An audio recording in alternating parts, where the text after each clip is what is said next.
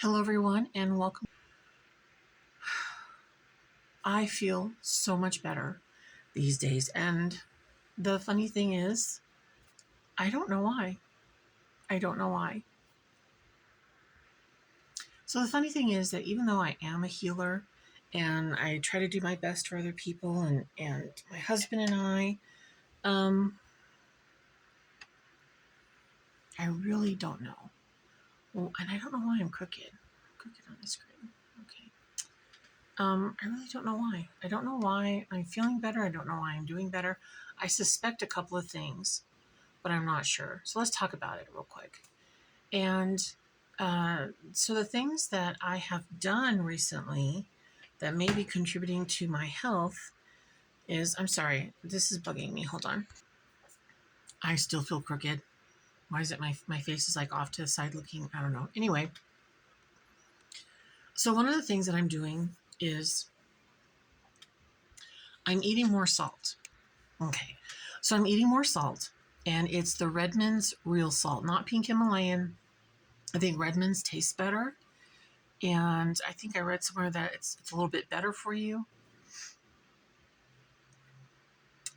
And like mentally and physically, I feel better having increased my salt.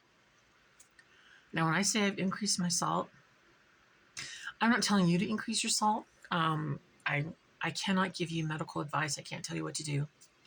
But I would take my food and I would just, this is my Redmond salt, my little salt container, and I would just sprinkle it liberally all over everything. So anytime you'll hear me like use the word liberal in a good way. So I liberally sprinkle it on my food. And my food tastes good. It tastes like salt. But I had been reading some information and watching videos about people saying about how it's possible. Well, studies have shown that one of the contributing factors to type 2 diabetes is a lower salt intake. And you would think that with all the salt in our food, that it wouldn't be an issue, but apparently it is. And if you think about it, one of the things, gosh, if you want to research something very interesting, look up and research how salt affected the Revolutionary War. I think Townsend's, the YouTube channel Townsend's, talks about that. Their Revolutionary War and colonial reenactment retailer, and he has this whole YouTube channel full of thousands of videos about the American Revolution, what life was like back then. And he talks about, I think that's where I saw it, he talks about how people were sent to America to harvest the salt and do all these things. And because the British were blockading salt delivery, if you don't get salt, you get diseases and you get sick and you lose your mind and you die. So I was noticing that I just couldn't shake my fatigue after my surgery. I was still upset about things that had happened between my family and I, and with perimenopause and menopause and everything like that, I had brain fog and I couldn't focus, and I just wasn't feeling my usual happy self. So I started taking more salt in my diet, and I feel amazing physically and mentally and emotionally. I feel amazing. So you might want to look into it and do your own research and decide if that might be a right course for you. Okay, and the next thing is, and I will say that as a healer, it's very frustrating to me that aside from the salt and prayer, because I believe prayer works, I can't figure out what else might be contributing to feeling better. Right? So, it is what it is. So let's keep going. So I have this book, The Magical Household by Scott Cunningham and David Harrington. Spells and Rituals for the House. All right. If that's not your piece of cake, that's okay. Scroll on. But we're going to talk about spells to guard children. So let's talk about what happened with the Epstein files, okay? If you think that the Epstein files reveal that Trump is a carnivore, child-eating pedophile, you are wrong.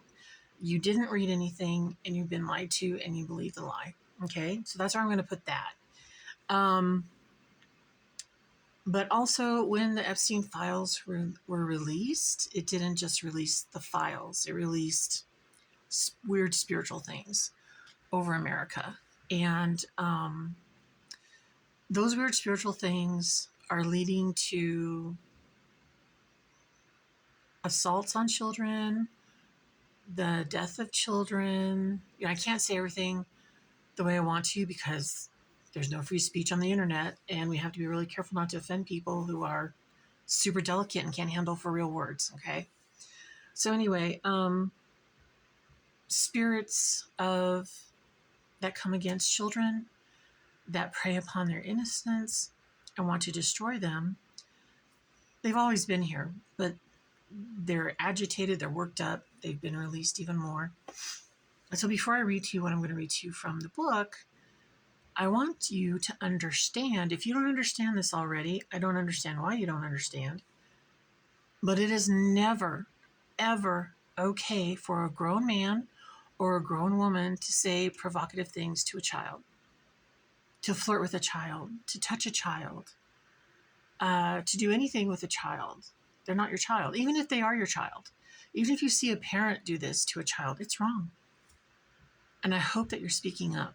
I hope that, because, you know, the thing about Gen X, my generation, is our parents would beat the hell out of us in front of other people, or just haul off and hit us, or treat us like garbage. And you know, we were the generation that commercial would come on at 10 o'clock on the TV. It's 10 o'clock. Do you know where your children are? No, the hell I don't know where you are. You're running around outside screaming and carrying on. It's 10 o'clock at night. Your parents don't know where you are. That's what I grew up with. So I hope that these generations now of young parents are doing better. That if you see something inappropriate, you speak up. And I am seeing people talking about it on the internet. So I'm hoping that it's not just talk, that it's happening. This woman on TikTok was talking about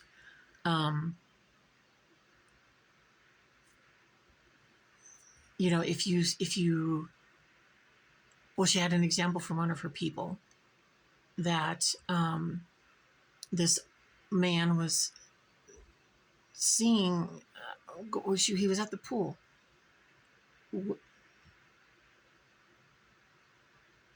There's her noise.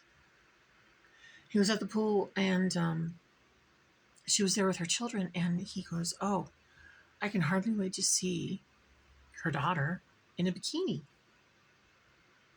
Why are you interested in seeing my daughter in a bikini?" And so people in comments were saying, "Oh yeah, I had an uncle do this one time, and I got up, took my daughter inside because they were sitting on the porch, and told my husband he's not allowed back here." Good for you. Good for that mom. You don't have to put up with weird sexual things from people just because they're labeled as family or a friend. It's not appropriate. It's never appropriate to speak to children like that. Growing up, I had an uncle that used to call me Vixen all the time. "Oh, you're such a Vixen. Hey, Vixen, blah, blah, blah." And I'm like, because I was 10. I looked it up and I'm like, oh, well, I'm uncomfortable. But the response from my parents was, "Oh, he's just joking. Get over yourself. Don't be so sensitive." That's the why Gen X are the way that they are, is because there was nobody protecting us but us. But you can change that. You can set a boundary. I don't care who they are in your family. Grandpa, pa, your dad, your husband's dad, boyfriend. No, it's not okay. And if nobody understands that it's not okay, you don't go to family settings anymore, and neither do your children. You don't have to hang out with family. Access to children is a privilege, not a right. I don't care what your title is in that family. You don't have the right to children. You don't have the right to be flirty and overly grown up with your children, with other people's children. Cut that out. So, spells to guard children. So this is from the book, okay? There are untold thousands of spells for guarding children, though the child's presence in the home should be protection enough. It should be in a perfect world, but predators live in homes.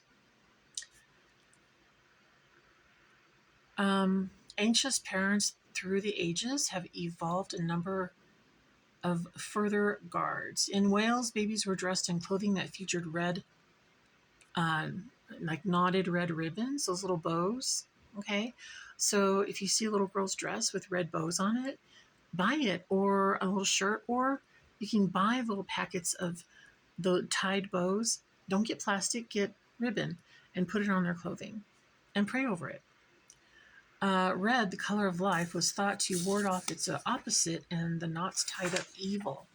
So as I sew these knots on my daughter's clothing, we tie up and bind evil and cast it out in Jesus' name. And I speak light and life over my daughter and protection. May her guardian angel always be with her. It's so simple. Come on, guys.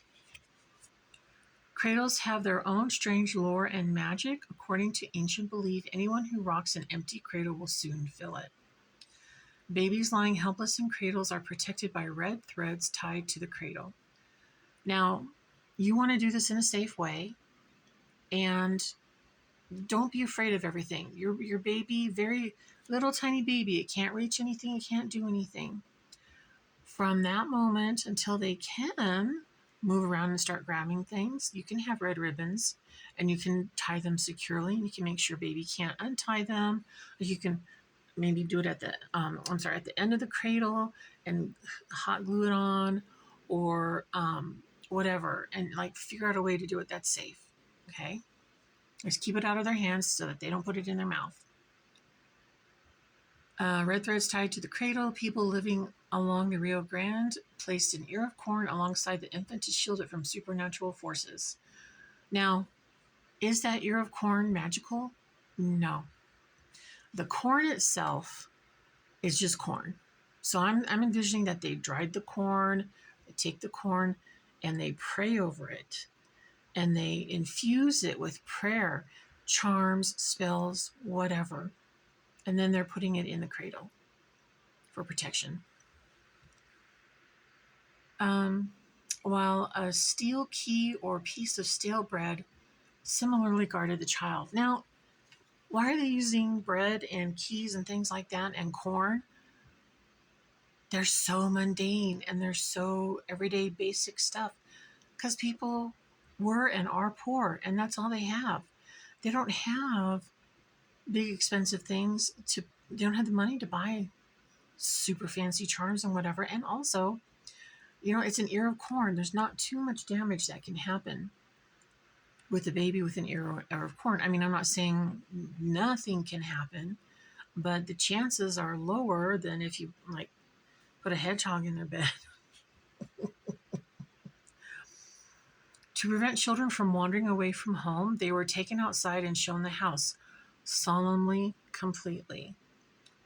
Once this was done, the children wouldn't unthinkingly walk away from it, and the parents could rest easily.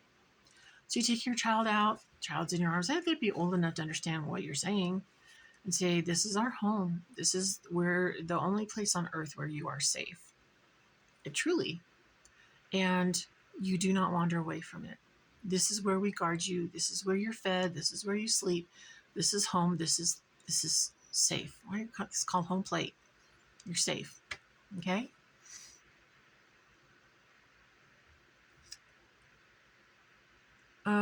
Older children were guarded by necklaces of seashells, which would also imbue them with love, wealth, and productiveness in their later lives.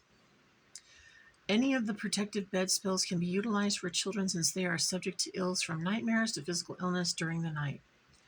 Magic performed with and for children, especially protective magic, should never replace sound safety practices. Lock your doors. Make sure, like if you live in a warm house or a hot house, you need to open up your window at night. Make sure you have some kind of a dowel rod or something in the window so that it can't be opened any more than a few inches. Okay? Have bells. Put bells on your doors. Put bells, it's things that you'll hear.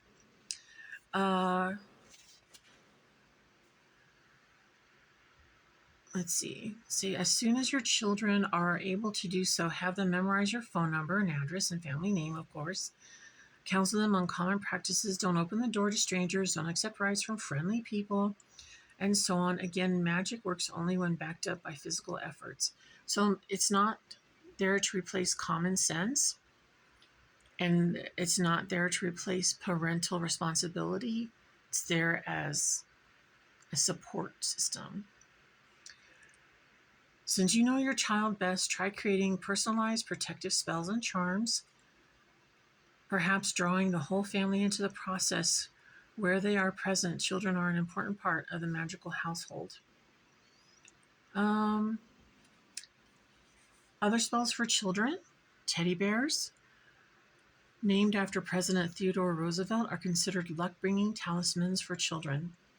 You might wish to increase the bear's influence by saying a protective charm over it before presenting it to the child. An ideal spell for children involves kites. If it's windy outside and a child is sick, depressed, or anxious about a problem, buy or make a kite with the child. While making it, pour. So while you're making the kite, or unpackage the kite, pour the child's problems and anxieties into the kite. So you can sit there with have a little pitcher, an empty pitcher, and talk about what you're upset about, sweetie. And you pour it into the kite, and then we're going to fly the kite, and the wind is going to take away all your concerns.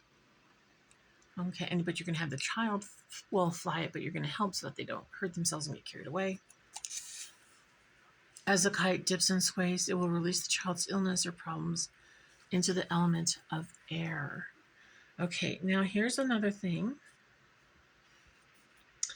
This is called a Seder square. I'm going to put it on the screen. It's in the book, but it's kind of tiny, and I don't know if you can see that very well. Write the following ancient formula on a square piece of paper and hang it in the home. Now, you can buy fancy ones off of Etsy or probably even Amazon if you want to, or you can just write it on a piece of paper. It's okay. You don't have to spend money. Used widely in early times and found among the ashes of Pompeii. It is said to guard your home against foul weather, fire, and thieves. Maybe they hadn't charged it up that day. I don't know. Excuse me.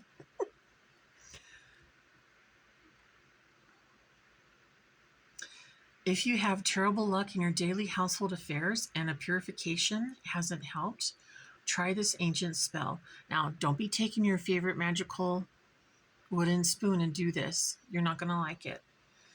Take an old spoon. It doesn't have to be clean, and walk through.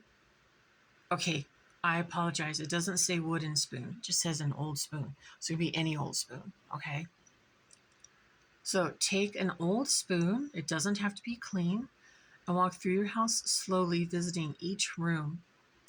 Visualize the spoon absorbing the house's malaise. That means bad energy. Then walk to a crossroads and bury the spoon there. Don't look back as you turn home. Things should start to perk up.